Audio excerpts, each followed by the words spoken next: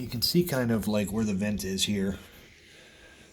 So that's the vent, and then in there it would go. It's basically, I can't fit my phone in there, but basically right through here is the channel that I'm using, and that goes into that closet. And how I did it to get this, how I did this is these shelves can kind of hide things. And you'll see downstairs, when I go downstairs, you'll see where I kind of why I had to come down through here. Is for one thing, I wanted to be as close to this vent so that I could reach underneath and kind of help guide it.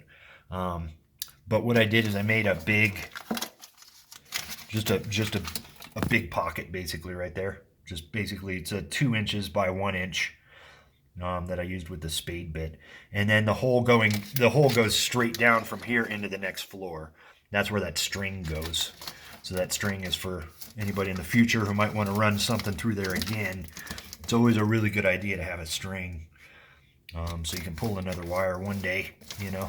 And the way I've got it is to where you could actually pull this without taking the ceiling apart. And I'll show you that here.